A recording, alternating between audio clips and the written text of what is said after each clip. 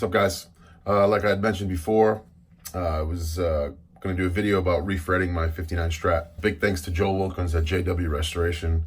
He invited me up to his compound in Pennsylvania for a weekend. Refretted two guitars, this Stratocaster and the 66 Tele from last week. But I'm just going to show you the quick process of how we got this guitar done. I can't show every single step in detail, but I touched on all the steps involved in the refret process. It really worked out well. The guitar, still quite chimey, still boomy, still has a lot of acoustic sound. I took stainless frets out of it. And you know, there's the internet myth that stainless is too bright, stainless does this or that to the guitar. I liked it only because it's a harder fret. I didn't want to keep refretting this guitar, but it was, you know, it was a refret that I did when I was still learning in a way, and I wouldn't recommend it to people, you know, refretting a pre-CBS Stratocaster when you're still learning. And I did, you know, fairly well. The guitar performed, no issues, but I feel like the bevel, which is the edge here, what is, you know, the reason why that's affected when these necks wear down on the edges, that bevel is actually laid over a lot more than you would think. It's not a crisp edge like a brand new neck would be. So I had some issues with that I was constantly fighting. And I don't know if it was the material I used in the bone nut, but it wore out quite quickly, and I found myself doing repairs as time went on. I figured, you know, I talked to him about my problems, and he said, well, why don't we just put the same size fret in, but a nickel fret, crown them really good, and, you know, you can put the bevel on that you want, the desired bevel. And basically what you're doing is when you shape the bevel yourself, you're giving yourself all of the fret material instead of beveling it in and taking some away from the, you know, the low E and the high E. So that's what I did. We got it worked out. And yeah, did I lose? Maybe I lost a little bright projection when you're playing acoustically, but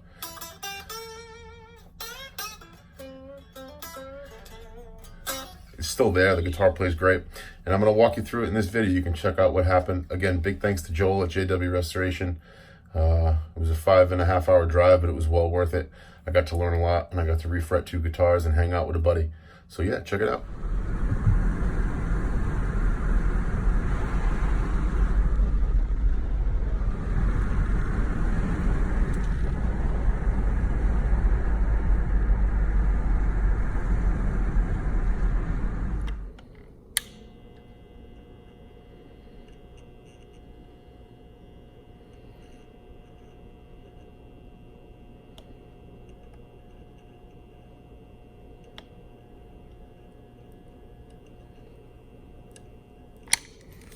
Basically using this iron with a modified tip at the end. Now this is not chip out, you see. This is just remnants from the previous fret job, the glue.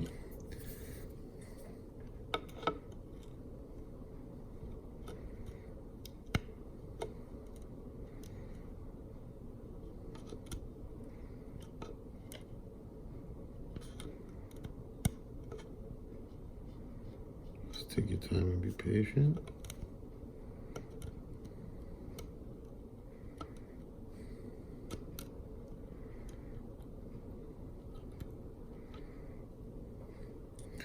So you can see, if you were to wipe it off, as soon as you clean that edge up, it's not an actual bad removal at all. So I did that on all 21 of them. I just didn't want to show every single one because it would have taken forever. But that's the process I used all the way down. All right, guys, so we're here with the refret on the 59 Strat.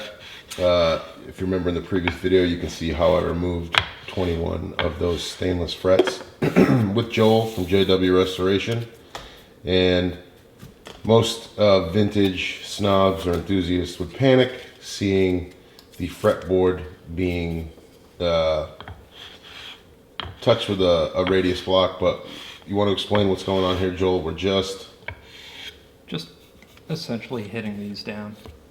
Because when you do remove the frets, pulling them upside, you're going to have just little fibers and little twists and little unevenness of the fret slot. So we're just trying to level that all. We're not trying to take material off the board. And as you can see on the bench there, there's not like there's a ton of dust. It's just basically just kissing it, just wiping it smooth.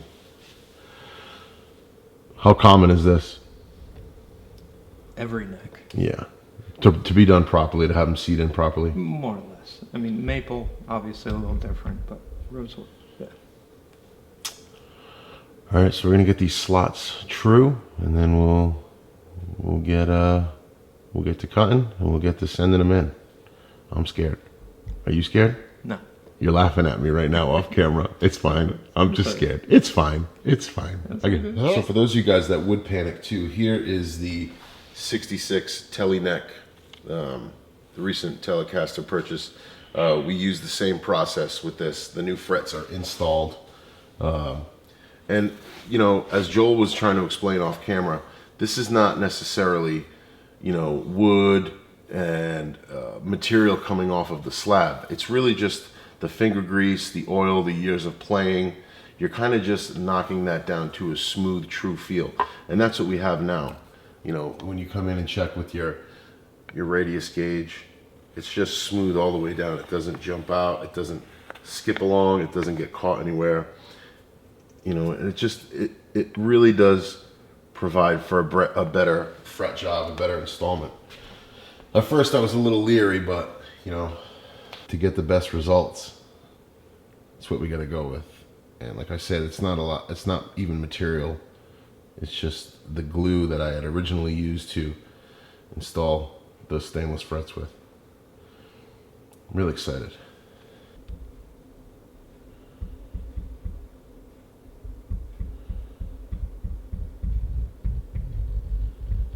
So now that we got the tops all level and squared away and smooth, no burrs, no roadblocks when it comes to seating the fret in topside, you want to go in and clean up the slot. Now, I am using the same size fret wire, just not stainless, but this tang being the part that actually seats into the fretboard itself.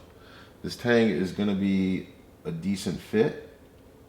So what we want to do is just clean up the slot, get all the stuff out. There is a scraper tool you can use, but this saw is just a little more efficient.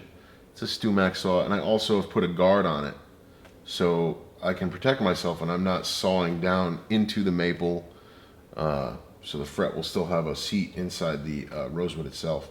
But you just want to come in, and having the guard on, like I said, does help. And you can hear there's not much material or friction.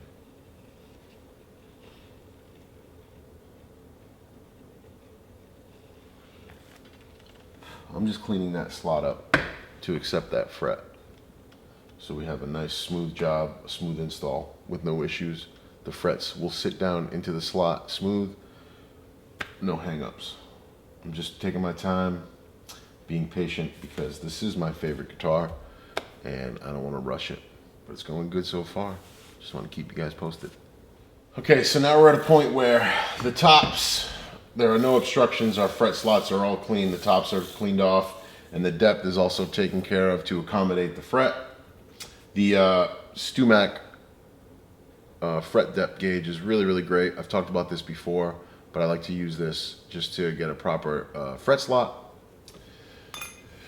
We have shaped the Jescar 57-110 wire to the radius of the fretboard, and we're going to start trimming pieces individually for each fret slot. And some guys like to leave a lot of overhang. I'm not going to mention any names, but some guys are cheap and well, listen, if you don't want to be in the video, you can't swear at me. Some guys are cheap. I'm not going to mention any names like myself, but you can get a Fender guitar fretted with 2 strips of 2-foot wire. That's 4 feet for you guys doing the math right now. So yeah, we're just going to get all 21 of these cut to length, leaving slight overhang. And just going down the line. All right, guys, so we're at the point now where we're starting to press some frets in. And as you see here, with the first 6. They've gone in quite well, and I was a little concerned because this guitar has had some refrets, quite a few refrets, and I was worried about the fret slot not taking the tang of the fret, which is basically the diamond-shaped point on the fret where it bites into the fretboard. But these are taking, and I attribute that all to the prep work we did beforehand, you know, making sure everything was right before we went ahead and installed frets. So now I'm gonna talk you through the set. This is just a fret press, StewMac fret press. Joel kind of has it modified, lagged down to the table here, which is really nice because you know, you can use the right amount of gentle force, and the fret press doesn't go anywhere. As we come in with the neck here, I'm hoping the camera can pick all this up. We're gonna eye up our fret. We're gonna get the call in the center of the fret itself, both this way and sideways. So we want to leave the same amount of call on the side of the fretboard when we choose to press in. So we just kind of get it lined up. I don't know if you'll be able to see it, but that's it. We press right in. Come down the line here, line it up. And I'm sure you could audibly hear that just biting into the fibers just enough.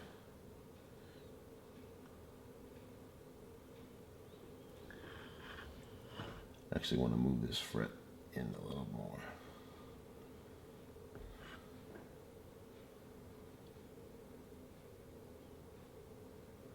Okay. You know, and when another thing too is when you're cutting the frets and lining them up in the slot to get installed, you can almost feel by hand when you're setting them into the slots where they're going to want to bite the best. And once you get to that point, you just, there you go.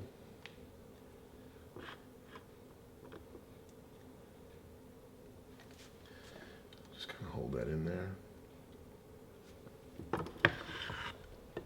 You know, and then Joel makes fun of me because of this, but if you're really uncertain and you want to check your work after, you can take this fret rocker here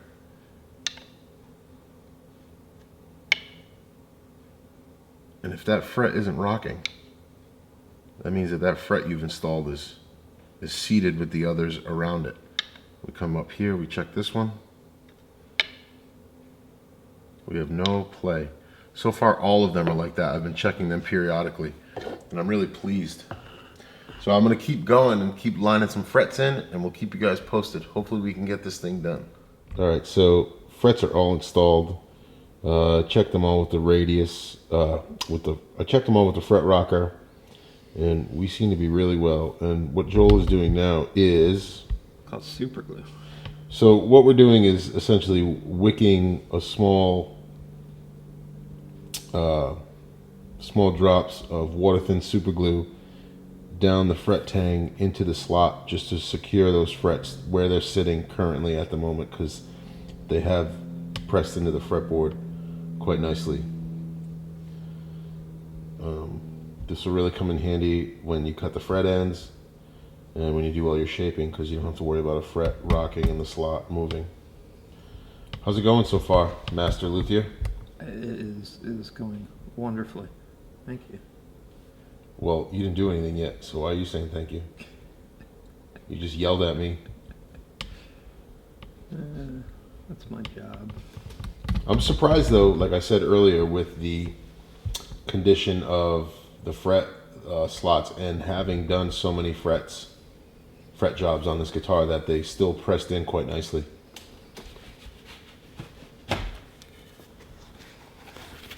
Again, no comment from the Master Luthier.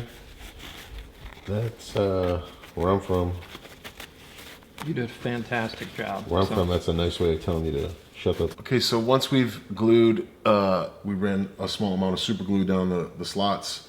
We trimmed the fret edges, or the extra tang that was hanging over. And now we're gonna take our bevel tool, which I've spoke about before in some of the refret videos.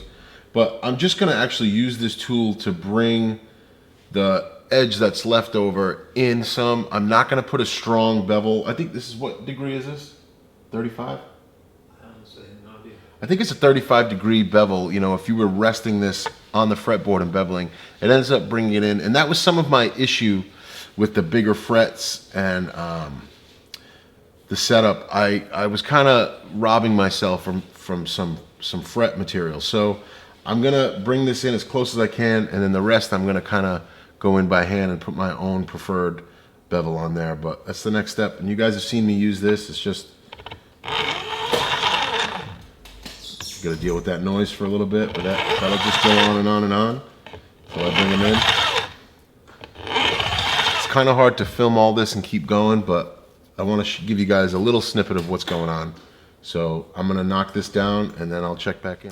All right, so what you guys are basically seeing here is me putting my finger up against the neck while also using this handheld file as a guide. So I'm pretty much bringing that fret edge to 90 degrees, and then by hand, by feel, and by desire, basically what I want to work with, I'm putting the bevel on. Again, trying to keep as much topside fret material as possible for bending and vibrato. Also putting a bevel on because it has to be comfortable enough to play, but you don't want to lose out on too much fret, but you also don't want your fingers grabbing the fret and cutting yourself up.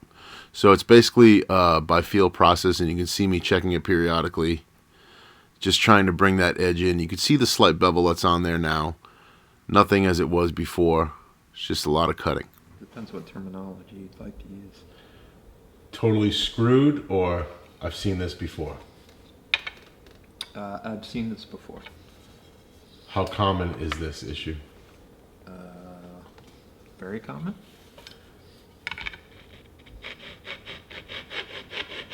We just have a high spot in the frets, and we want to start before we do any trimming, any cleaning up of the fret edge, any shaping. We want to start with a true flat correlation of all the frets. So Joel with the straight edge just found probably more than likely a fret that was a little tall, and he's just massaging that out now. So now we're into the filing part, crowning, and you know, you don't want a point, but you want a nice smooth breakaway, maybe like the top of a school bus. Joel gave me a couple of tips, a couple of methods, and I'm just kind of following that. This file works really great. It's an older Stu Mac file, and you just want to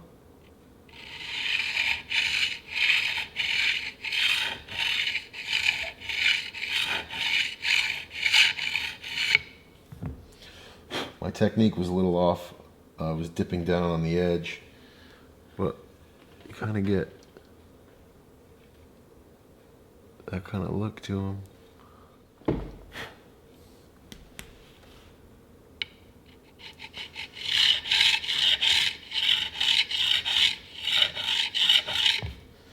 One thing coming here has taught me is, with this stuff, especially guitar repair, patience is key. And I'm just trying to do my best, go as slow as I can. There's a lot to be learned. You know, I'm just soaking it all in. So I've crowned and conquered, and Joel came in to work his magic on the fret ends.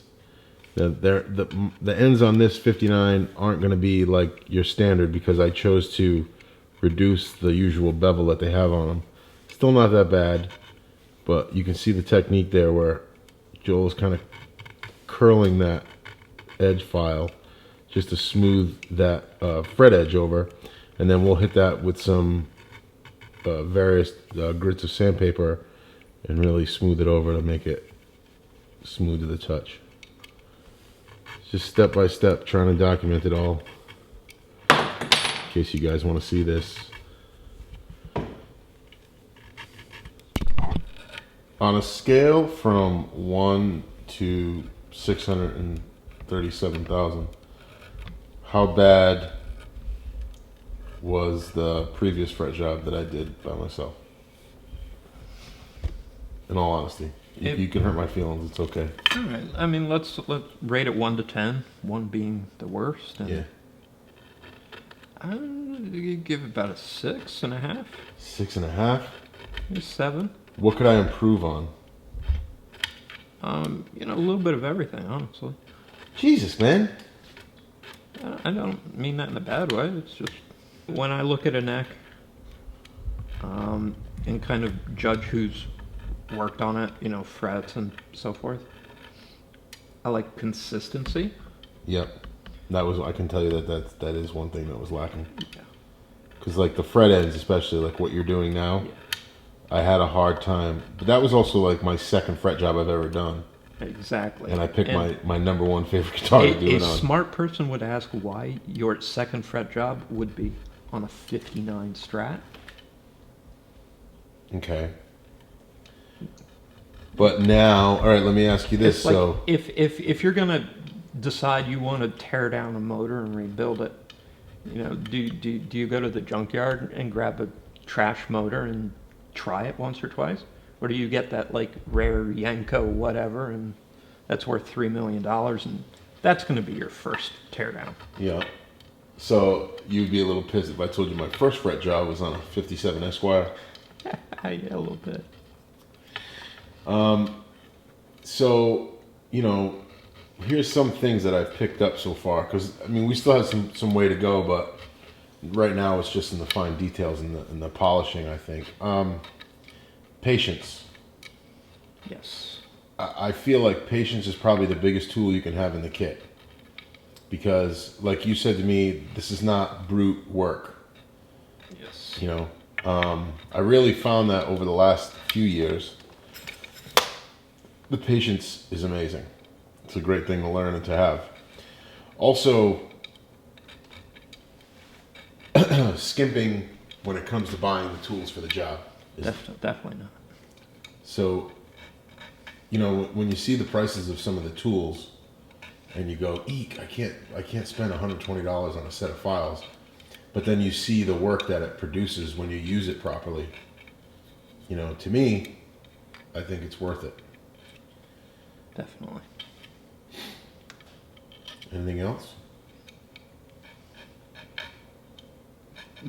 Buy a $50 guitar to play around with, Yeah. to do 5 refrets on, Right. you know?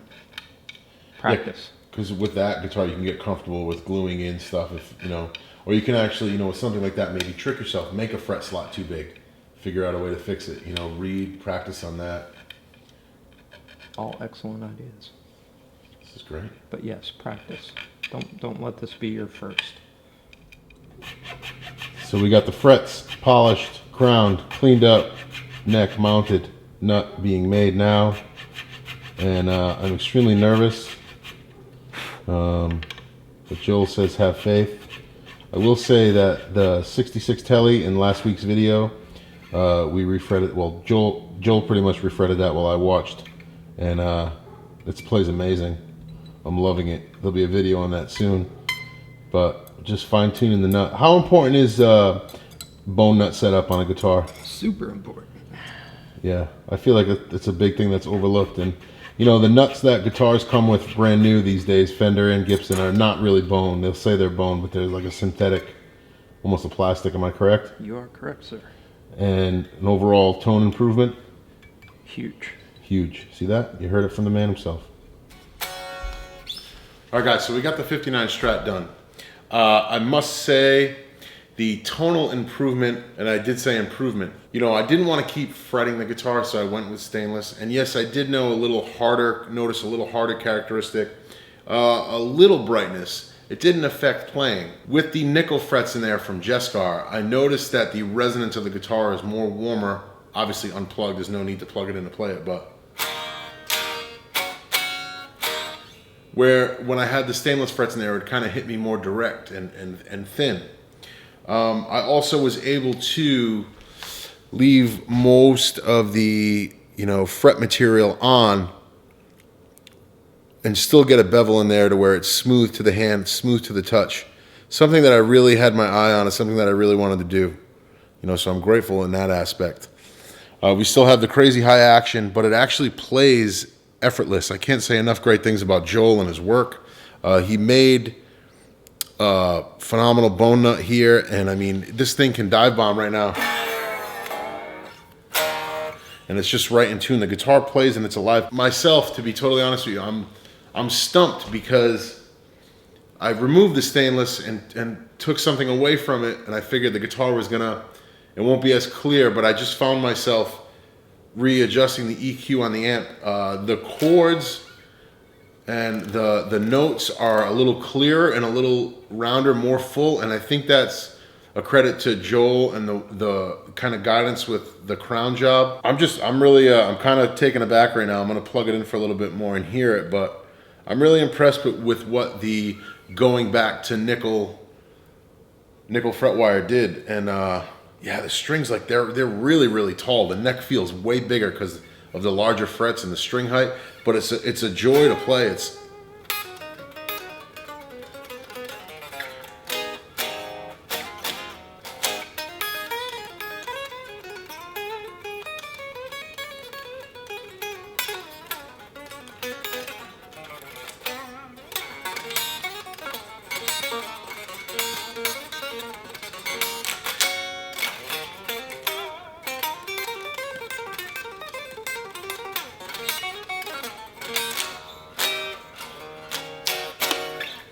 I'm just really impressed with the work Joel did, and you know, inviting me down to the house and, you know, walking me through refretting a couple of guitars. Like I said, the action, I have it so high, but it's so comfortable to play right now. I'm pretty sure you guys can make that out on the camera. I'm just so grateful, man. This guitar is it's ready to breathe a little more fire. It's still gonna be my number one. It'll always be my number one. But I got the fret ends really feeling the way I want. So, not that I have to plug Joel because he's a legend and he's a master luthier and he's out there on social media, but please check out JW Restoration. And if you have any repair needs, he does take orders in. You can ship him a guitar and have him refret it, do some repairs. He specializes in vintage guitars, but I'm sure he'll also do other repairs. I can't say enough good things about the fret job. I am comfortable with doing fret jobs, but I was able to learn so much from this trip this weekend. So yeah, and the 66 Tele, I'll be doing more on that guitar, but that thing turned out great too. It's got some spank to it and it's alive. So I'm really happy to send that out for the refin next week. Man, my 59 Strat is still going strong. I'm so happy. I love this guitar. So happy to get it refretted. And you know, just taking some of the worry out of it. I was worried about, you know, the fret slots may be too big to take another refret or anything like that, but no, just proper cleanup, proper setup.